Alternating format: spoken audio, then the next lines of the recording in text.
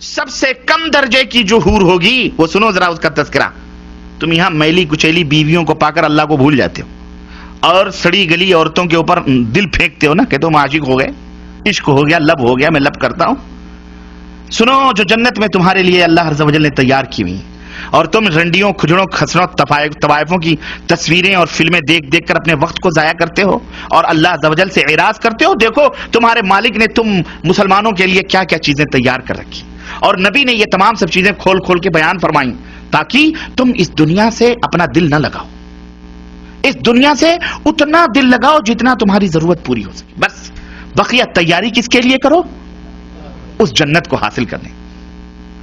تو اللہ کے رسول صلی اللہ علیہ وسلم فرماتے ہیں کہ کم درجے کی حوریں جو ہوں گی ان کی آنکھیں غلافی ہوں گی, خوبصورت غلاف جیسی آنکھیں ان کی حور کی ہوگی, اور ہر بیوی, جو بھی بیوی وہاں تمہاری ہوگی حور, ہر بیوی پر 70 جوڑے کپڑے کے ہوں گے. کتنے جوڑے؟ 70 نہیں, 70 جوڑے کپڑے کے, وہ پہنے ہوئے آرائش اور جمال کے ساتھ وہ گاؤ تکیہ لگائے ہوئے تمہارے انتظار میں بیٹھی ہوگی. ان کپڑوں کی خاصیت کیا ہوگی اور اس کا جسم کیسا ہوگا؟ اللہ کے نبی فرماتے ہیں کہ ان کپڑوں میں سے ان حوروں کی پڈلیوں کا گودا تک تمہیں نظر آئے گا. اتنی حسین اور اتنی خوبصورت ہوں گی, اس کے گودے تک تمہیں نظر آئیں گے. اب آپ کہیں گے کپڑوں کے بیچ سے گودے کیسے نظر آئیں گے؟ لیکن موجودہ سائنس, موجودہ دنیا نے ہر چیز ہمیں یہ سب یقینی سطح پر لے آئے ہیں. وہ میاں آپ ایکس رے مشین کے ٹیبل پر لیٹتے ہو کپڑا پہن کر کے, تو آپ کی ہڈیوں تک کے گودے تک دکھائی دیتے کہ نہیں دیتے؟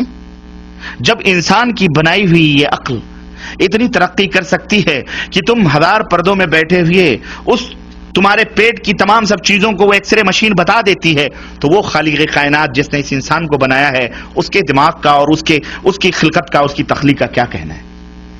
سمجھ آئی کہ نہیں آئی؟ اب تو اور یقین آئے گا کہ نہیں آئے گا؟ اور یقیناً واقعی سچ ہے. اور تمہارا آئینہ کیا ہوگا معلوم ہے؟ شیشہ جس میں تم اپنے چہرے دیکھتے ہو. اللہ کے رسول صلی اللہ علیہ وسلم فرماتے ہیں کہ اس حور جو بیوی ہے نا تمہاری, اس کا دل, اس کا جگر تمہارا آئینہ ہوگا, اور تمہارا جگر اس حور کا آئینہ ہوگا. وہ تمہیں دیکھ کر سجے سنورے گی اور تم اسے دیکھ کر سجو گے اور سنورو گے. جنتی بھی جب بھی رخ پھیر کر اس کی طرف دیکھے گا اس کی آنکھوں میں 70 گنا حسن زیادہ پائے گا.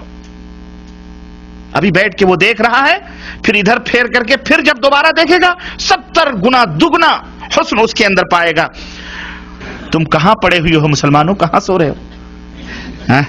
یہ جو حسین اور خوبصورت حوریں ملیں گی کیا صرف چومنے اور بغلوں میں بٹھانے کے لیے ملیں گی؟ نہیں, آپ ان سے ہم بستری بھی کریں گے, مزے لیں گے. یہاں سے کہیں زیادہ لذت وہاں حاصل ہوگی. اور یہاں تو ہو سکتا ہے منٹوں میں آپ فارغ ہو جاتے ہوں. اللہ کے نبی صلی اللہ علیہ وسلم کی حدیث آتی ہے, اللہ کے رسول صلی اللہ علیہ وسلم فرماتے ہیں ایک ایک مرد کو 100 مردوں کی قوت عطا کی جائے گی. خوش ہو جاؤ, اللہ ہم سب کو جنت میں جگہ عطا فرمائے. غلام میرے بھائیو, حفت الجنہ بالمکارہ.